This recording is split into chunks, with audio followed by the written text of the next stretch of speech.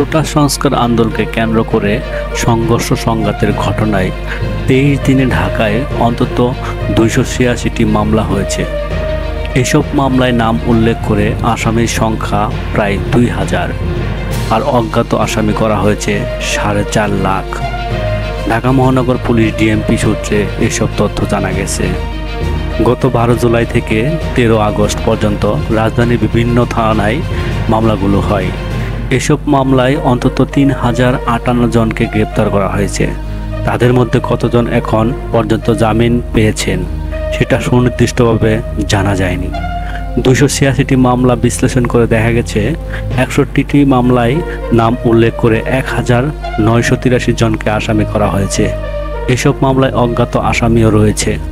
123টি মামলায় কারো নাম উল্লেখ করা হয়নি, তবে অজ্ঞাত আসামির সংখ্যা উল্লেখ করা হয়েছে।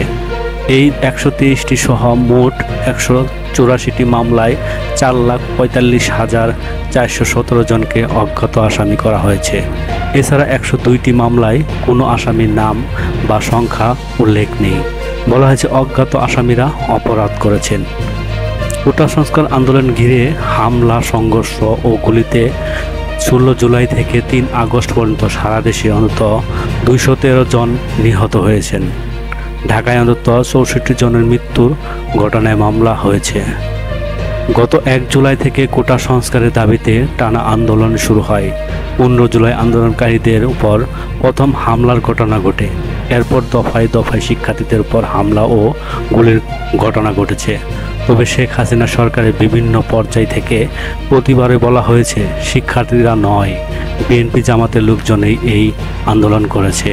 অথচ যখন মামলাগুলো হয় তখন সেখানে আন্দোলনকারী শিক্ষার্থীদের আসামি করা হয়। এই অবস্থায় 5 আগস্ট ছাত্র জনতার আন্দোলনের মুখে শেখ হাসিনা সরকারের পতন হয়। 4 থেকে 6 আগস্ট 3 দিনেই নিহত হয়েছেন 326 জন। 8 আগস্ট অন্তর্বর্তীকালীন সরকার শপথ গ্রহণের পর এই মামলাগুলো প্রত্যাহারের সিদ্ধান্ত হয়। গত শনিবার আইন, বিচার ও সংসদ বিষয়ক উপদেষ্টা আসিফ নজরুল প্রথম আলোকে জানিয়েছেন 1 জুলাই থেকে 5 আগস্ট পর্যন্ত ছাত্র জনতার আন্দোলন দমন করতে যেসব ফৌজদারি মামলা হয়েছে সেগুলো 3 কর্মদিবসের মধ্যে প্রত্যাহারের সিদ্ধান্ত হয়েছে। গতকাল রোববার থেকে ডিএমপির প্রসিকিউশন বিভাগের পুলিশ সদস্যরা মামলা প্রত্যাহারের কাজ শুরু করেছেন বলে জানা গেছে। এই বিভাগের ঊর্ধ্বতন এক কর্মকর্তা প্রথম আলোকে বলেন, নির্দেশনা অনুযায়ী আমরা কোটা সংস্কার আন্দোলনের সময় দায়ের করা মামলাগুলো প্রত্যাহারের প্রস্তুতি শুরু করেছি। 16 জুলাই থেকে 3 আগস্ট পর্যন্ত সারা দেশে অন্তত 213 জন নিহত হয়েছেন। ঢাকায় অন্তত 64 জনের মৃত্যুর ঘটনায় মামলা হয়েছে। তবে এই মামলাগুলোর এজাহার বলা হয়েছে আন্দোলনের আড়ালে থাকা সন্ত্রাসী বা দুর্বৃত্তকারীদের গুলিতে মৃত্যুগুলো হয়েছে। 286টি মামলার বাইরে এই মামলাগুলোর বিষয়ে কি হবে সে বিষয়ে এখনো পরিষ্কারভাবে কেউ জানাননি। সুপ্রিম কোর্টের আইনজীবী শাহদিন মালিক প্রথম আলোকে বলেন, বিগত সময়ে পুলিশ ও ফৌজদারি বিচার ব্যবস্থা বিরোধীদের দমন এবং ভয়ভীতি দেখানোর জন্য ব্যবহৃত হয়েছে। এই মামলাগুলোকে অসৎ ও উদ্দেশ্য করা হয়েছে।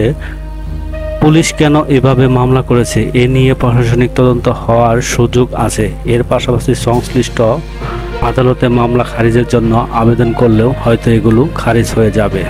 রাকিবুল ইসলাম, তথ্য 24।